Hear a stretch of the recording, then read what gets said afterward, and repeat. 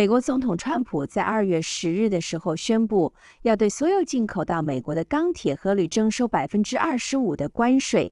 这项新的措施已经在3月12日正式生效，跟川普 1.0 在2018年的关税游戏规则非常的不同。这一次，他关闭了授予美国国内特定钢铁和铝产品供应进口商10万多项的单独豁免，一口气断了有些国家以为自己可以是特例的念想，而这个为全球经济发展带来难以预料的关税。这是川普总统口中4月2日美国解放日正式生效的全球对等关税的前菜。Very soon after President Trump's latest round of tariffs kicked in at midnight. An across-the-board 25% tariff on all foreign steel and aluminum coming into the United States, both metals used in the manufacturing so many things, from cars to medical devices to food cans, which means higher prices for American businesses, many of them, and also American consumers. CNN's Vanessa Yurkevich, she is here with a look at all of this. What is the impact on all this? Well, this trade war just went global. Yeah. And if you just look at all the countries that we import steel and aluminum from, I mean, there they are, and that is a big, big number. Also, to point out that the prices of those steel and aluminum imports will rise, and that'll have an impact on U.S. steel and aluminum prices. Already in the past 2 months. China is the only country facing tariffs higher than 25% on its steel and aluminium. An existing 20% blanket levy on Chinese goods brings the total rate imposed on steel and aluminium from the country to 45%. Elsewhere, Japan has called Mr. Trump's decision to impose tariffs, quote, regrettable, saying the lack of an exemption could impact economic ties with the United States. Tokyo had asked to be excluded from these tariffs earlier this week, but Washington declined that request. South Korea, one of the largest suppliers of steel to the U.S., also pushing back. In the UK, the government calling the tariffs, quote, disappointing, but has chosen not to retaliate. Instead, Britain is focused on securing a broader economic agreement with Washington. Australia similarly criticizing those tariffs as, quote, entirely unjustified, but ruling out imposing reciprocal tariffs. Instead, Australia plans to continue lobbying the US for an exemption. In contrast, the European Union has taken a firmer stance. The European Union must act to protect consumers and business. The countermeasures we take today are strong but proportionate. As the United States are applying tariffs worth $28 billion, we are responding with countermeasures worth 26 billion euros. This matches the economic scope of the tariffs of the United States. Well, the UK's Trade Minister Jonathan Reynolds has said that he's disappointed the US has imposed tariffs on steel and aluminium. Definitely is. I mean, Keir Starmer has spoken to Donald Trump a lot for a lot of reasons over the last few weeks, but they had a phone call on Monday where, among other things, the Prime Minister urged the US President not to go ahead, or rather to exempt the UK from these tariffs. And Donald Trump didn't do so. When it comes to the UK steel industry, it's very specialised. The types of steel and aluminium that they produce and ship out to America are very niche, shall we say. So things that go into, say, US Navy subs and the aerospace industry there, not the sort of things that you just suddenly quickly source from elsewhere. So I think the thinking behind the scenes is if they want to get US companies to pay more money for it, then that's up to them. As bargains and consumers react to tariffs, do you have any inclination to create exceptions or to ease up on any? About what? To create exceptions to the steel and aluminum tariffs. No, I have no intention of it, no. No. Is this year April 2nd is a liberating day for our country.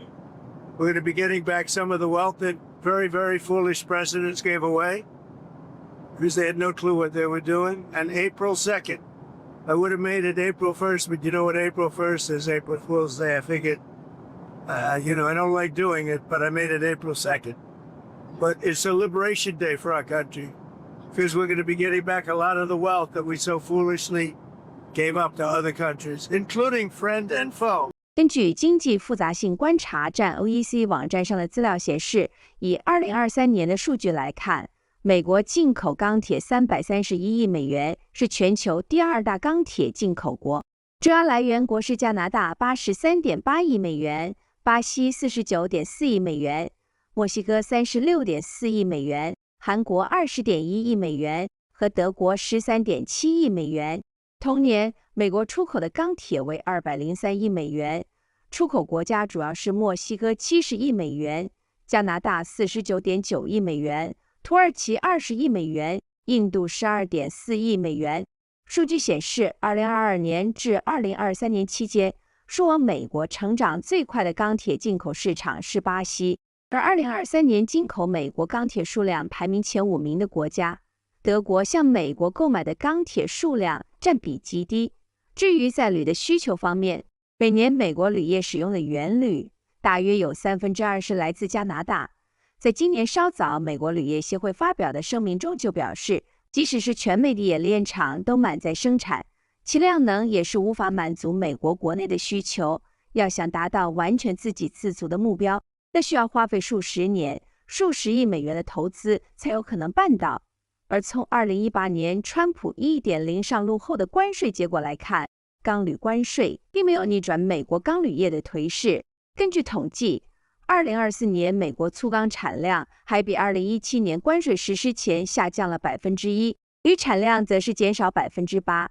那么，为什么川普总统不惜冒着可能陷入经济混乱的危险，也要坚持关税上路？ Regardless how you might feel about Trump's trade war, Trump is right about one thing. In the trade war, the country with a trade deficit will do better than the country with a trade surplus.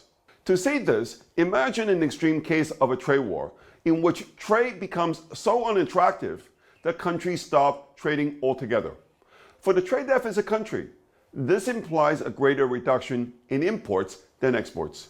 All else being equal, this should add to its GDP growth, to the extent that the gains from import substitution will outweigh the loss of exports. In contrast, for the trade surplus country, the end of trade implies a greater reduction in exports than imports. All else equal, this will subtract from its GDP growth. In the long run, a trade war is likely a lose-lose for all. However, in the short term, the trade deficit country will fare better than the trade surplus country. The U.S. is running a trade deficit close to $1 trillion right now. This is why Trump might think that he holds the Trump card in the trade war. What he wants is to see a total collapse of the Canadian economy, because that'll make it easier to annex us, is the second half of his thought. Now, first of all, that's never going to happen. We will never be the 51st state. But yeah, he can do damage to the Canadian economy. I'm very disappointed because, well, firstly, I wouldn't be wasting time as an elected official in Canada talking about Donald Trump anymore. I wouldn't talk about Donald Trump. I wouldn't call him names. I wouldn't make a meeting with him contingent on him refraining from insulting us anymore or talking about annexation. I would really just stop talking about Trump. And I would stop engaging in a tit-for-tat tariff war with the United States, because it's not a war we're going to win, okay? We're putting tariffs on their products is only going to make matters worse for consumers here in Canada at a time when there's the potential where we're going to lose 400,000 jobs if Trump comes through with all of his tariff actions against our country. The last thing that the consumer needs is an added squeeze on their incomes from tariff action. How many jobs did you say, David? Sorry. 400,000. And that would take the unemployment rate up towards 8%. And tariffs, tit-for-tat tariffs, not the answer. Strategically, through either export bans or export taxes, let them pay. Why should consumers here pay back because we're going to retaliate on tariffs? Now, we need the U.S. We know that. We ship 20% of our GDP south of the border. But the U.S. also needs us strategically. The U.S. is the largest export market for many of its trading partners. Trump sees high tariffs as a way to force foreign companies to produce in the U.S. what they sell in the U.S. For Trump, tariffs are both a source of job creation and a solution to the trade imbalance between the U.S. and the rest of the world. A weaker dollar will, of course, have the same effects as tariffs, but the dollar will have to go down a lot to achieve the same economic impact of a 25% tariff. Such a large depreciation of the US dollar is not that easy to pull off. Furthermore, it could jeopardize the dollar's reserve currency status and push up the borrowing cost of the U.S. government. It is understandable why Trump might prefer tariffs to a weaker dollar. It's going to be reciprocal. In other words, whatever they're charging, we're charging. Very simple. If they're charging us, we're charging them. It's no longer they charge us or we don't charge them.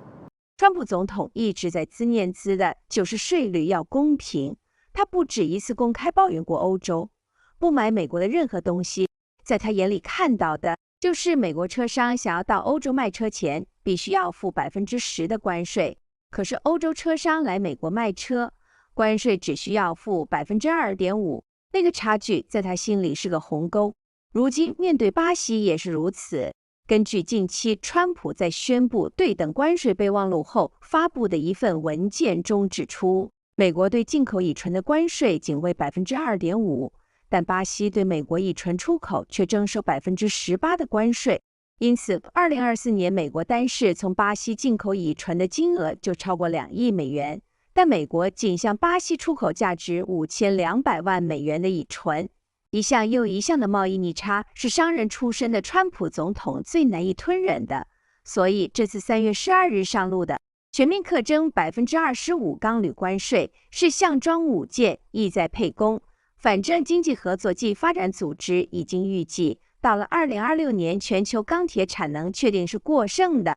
既然全世界都想卖钢铁给美国，那么就掐住这个软肋，为4月2日对等关税搏一个翻转的机会。也许正是此刻川普总统心里的盘算。